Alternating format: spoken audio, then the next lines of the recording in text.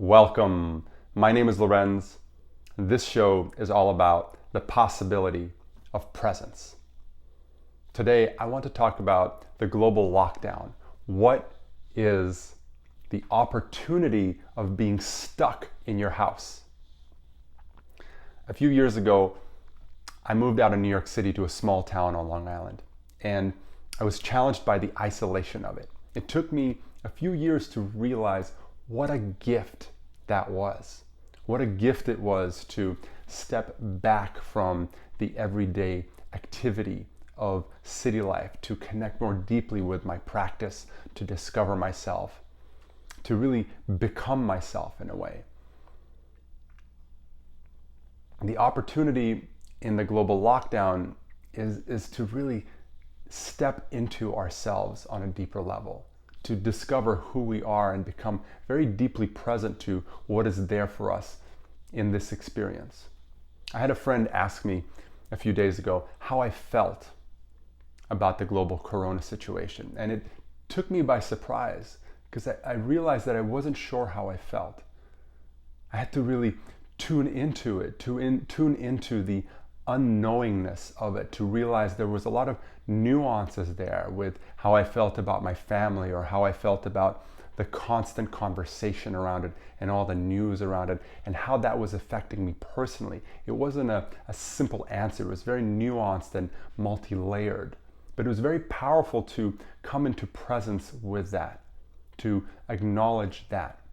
There is a process of presencing that is available to us right now, to really be in solitude, to be in retreat, and discover what is embodied for us in this experience. And I invite you to do that right now in this video, is to take a moment and take a breath.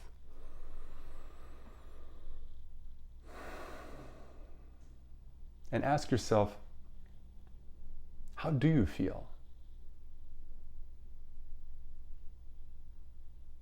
How is this situation affecting you?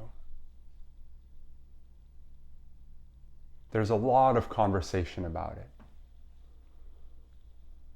There's a lot of people talking about the news and what's going on. But how is that affecting you personally? What's there for you in an embodied sense? And there's no right or wrong, there's just what's there for you. If nothing is there for you, or there's a sense of numbness, then that's what's there for you. And if something is there for you, or perhaps it's an anxiety or some sort of tension, then that's what's there for you. But becoming present to that is the process of presencing. Right? The alternative to that is absencing. And absencing occurs when we begin to shift from the direct experience of something into the cognitive or conceptual experience of something. So there is a lot of talking and a lot of thinking. And that talking and thinking can be close to the present experience of it, or it could be more distant to the present experience of something. And sometimes you'll observe a person is talking a lot about what's going on in the world, but are they really connected to what's going on inside themselves, about how what's going on in the world is affecting what's going on inside themselves? Tuning into this space inside ourselves is the opportunity that's presented in this lockdown. It's really powerful for us to do this collectively. There's billions of people around the world right now that are in lockdown. If you think about it, wow. It's unprecedented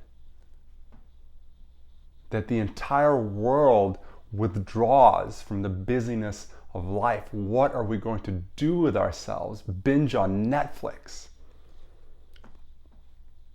Or take the time to be with ourselves, to be confronted by ourselves, by what may be underneath all of that busyness, because very often there is something underneath all of that busyness. There's an insecurity or an uncertainty or a sense of powerlessness, very uncomfortable experiences that many people don't want to come into contact with.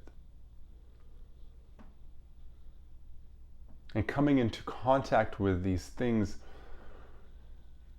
is a process that takes a lot of nurturing and gentleness. It's a gradual process of discovering what may be undiscovered within us, what may be unacknowledged, a discomfort or a fear that may be unacknowledged. And the power of acknowledging it is to become liberated from it. Because when it becomes something that's seen and acknowledged, it's just something that's in the space. It can be experienced, maybe even released, but it's just something in the space. And when there's the experience of that space, there's a freedom that emerges in that space. Because in a very real sense, you become that space, and everything within that space is something that you have a relationship to. And when you have a relationship to it, you have a choice. When you don't have a relationship to it, when that thing is so big that it's you, that it's so close to you, that it's you, there is no choice there. The choice comes from the awareness of that, and then the practice of choosing.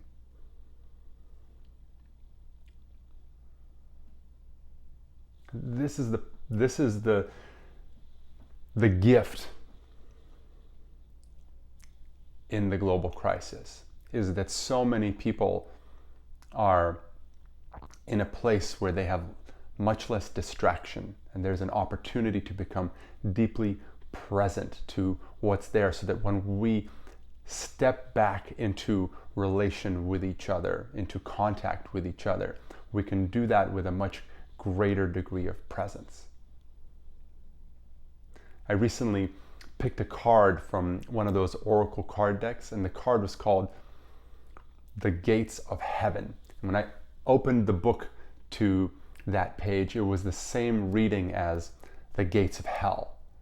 And I thought, oh wow, this should be interesting. And the card was all about how the gate to heaven and the gate to hell is in the way that a person responds to a situation. So, same situation, but it's the response that determines whether heaven or hell is created. One of my inspirations is Professor Otto Scharmer from MIT, and he has a quote that goes, "We are collectively generating results that nobody wants." Like, we live in a world where collectively somehow we keep generating these results that nobody wants. We keep opening the door to the gates of hell.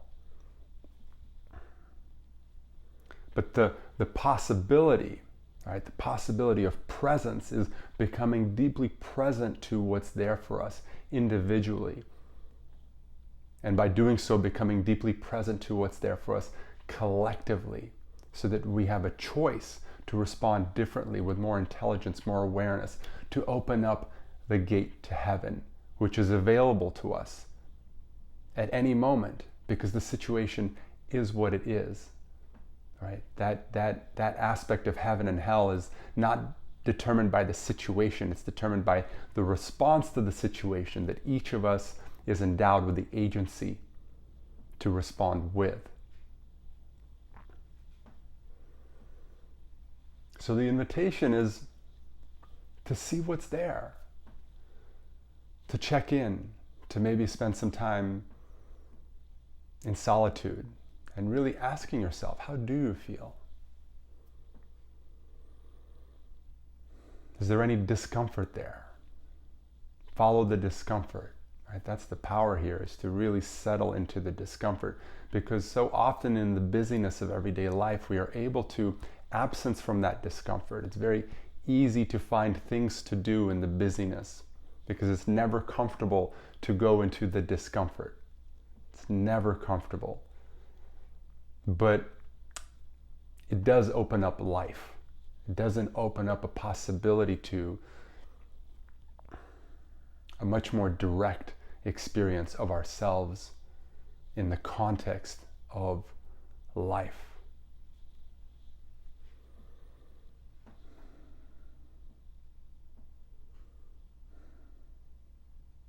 I'm excited to return to